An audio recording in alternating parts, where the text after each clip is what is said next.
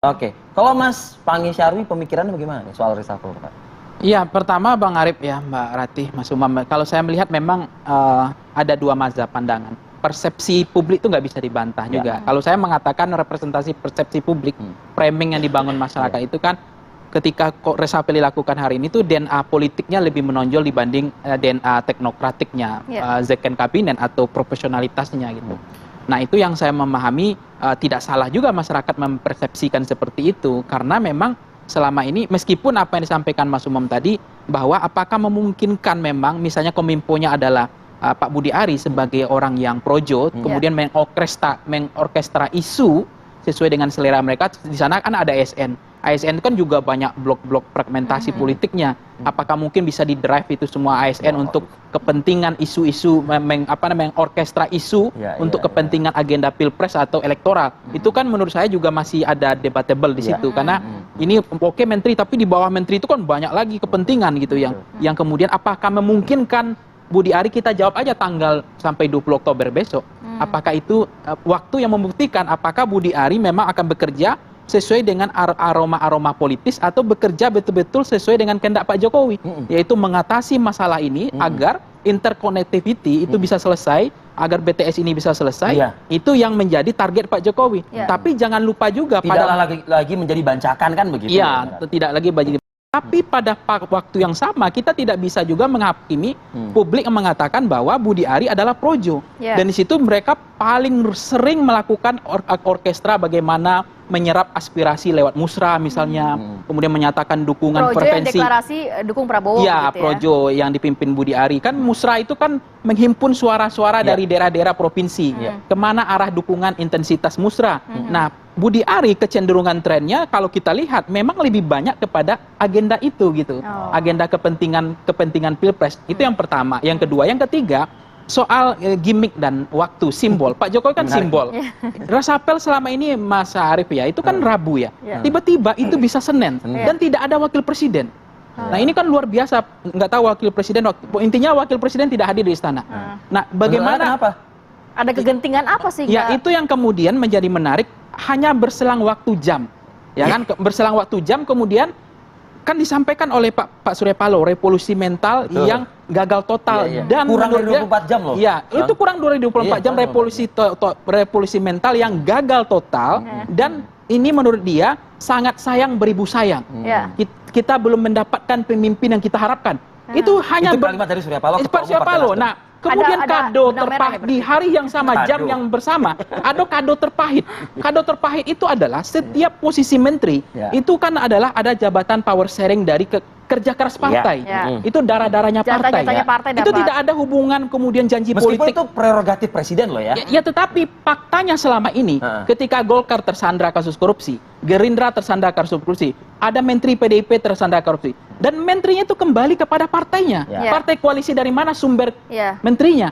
Itu tidak mengurangi porsinya kembali. Tetapi pada Nasdem itu diserahkan kado terpahitnya itu adalah kepada justru projo. Gitu. Jadi ini istana mencubit, menempeleng atau apa begitu? Nah, karena memang Pak Jokowi bicara simbol, ya orang Jawa simbol ya. Kan pernah dikatakan Pak Jokowi masa orang bawa andong bisa jadi presiden. Di bawah itu andong sekalian pas pelantikan itu kan Pak Jokowi bawa andong sekalian.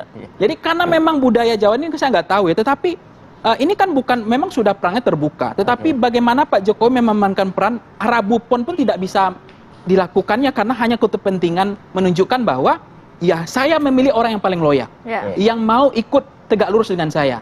Nah artinya tapi tersisa masih ada dua, berarti dalam arti Pak Jokowi juga masih mempertimbangkan dong Partai Nasdem. Ya itu tadi makanya tidak menghabisi semuanya dalam kabinet Pak Jokowi. Iya mencubitnya itu kalau menghabisi kan sebenarnya yang diharapkan oleh Pak Jokowi semua tarik aja menterinya kan begitu. Tapi kan nggak mau juga Nasdem melakukan itu supaya mengkritik Jokowi ini nggak tanggung-tanggung juga, nggak setengah-setengah. Tapi apakah mungkin Nasdem menarik semua menterinya? Tapi pelan-pelan kan ini ditarik satu-satu. Apa yang dibilang Mas Imam adalah ini bentuk bahwa sanksi, ini bentuk karena tidak tegak lurus dengan Pak Jokowi. Tapi kontrak politik koalisi menurut saya nggak fair, nggak equal. Ini kan Nasdem yang 2019 yang mengawal Pak Jokowi. Iya. Saya nggak tahu ada nggak MOU menunjukkan kalau arah intensitasnya Pak Jokowi dalam konteks ini berbeda dengan Pak Surya Paloh, maka menterinya dikurangi, kan nggak ada juga. Nggak ada itu kontrak seperti Ada itu. nggak secari kertas itunya kan gitu. Tapi ya? yang lebih sedih lagi PDIP lebih sedih lagi poin terakhir. PDIP Poin sedih gini. terakhir tahan dulu Mas Iya. Ipang, kita sambung lagi dari segmen berikutnya Mas Ipang ya. Saat lagi tetap bersama kami di Apa Kabar Indonesia Pagi.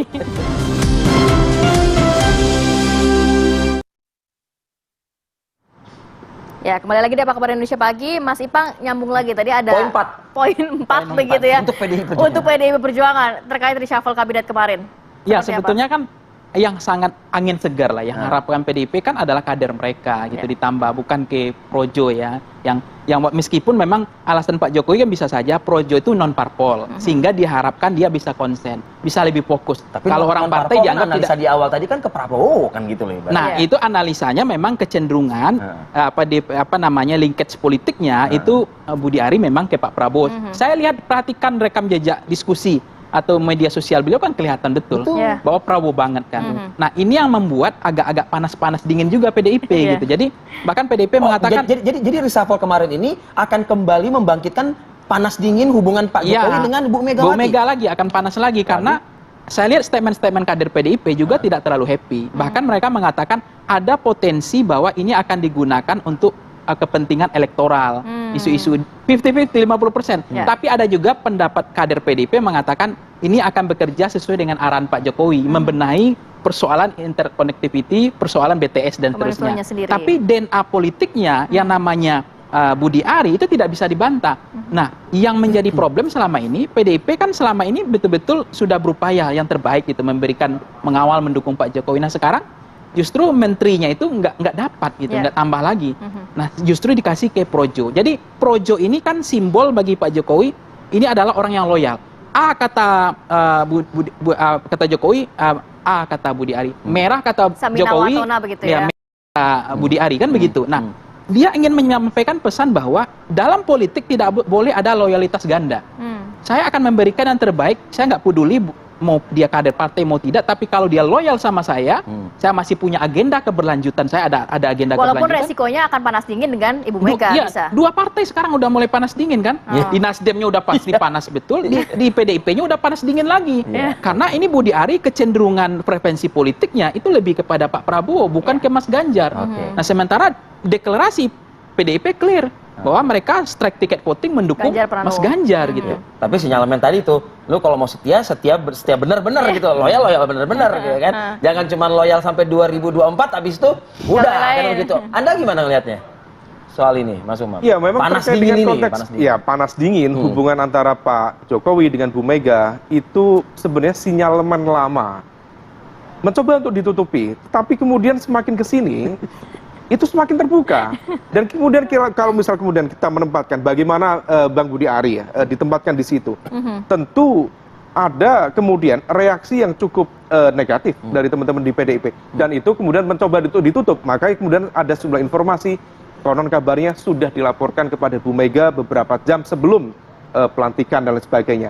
Ya, sekedar dilaporkan, tetapi sebagai sebuah pengambilan Bukan keputusan, Nah, itu bukan approvalnya bukan di level Bu Mega, tetapi betul-betul di take over oleh Presiden, dan itu secara kalkulasi politik di luar Padahal agenda biasanya kepentingan ada dari approval PDIP. juga nggak? Biasanya. Biasanya ada Kenapa? approval Ideal. juga nggak? Ideal ya? Kalau misal memang terminologi petugas partai itu ada, real, berjalan, seharusnya memang betul bahwa konteks pembagian portofolio pemerintahan, termasuk penentuan siapa-siapanya, atas approval dari ketua umum partai. Tetapi fakta per hari ini tidak.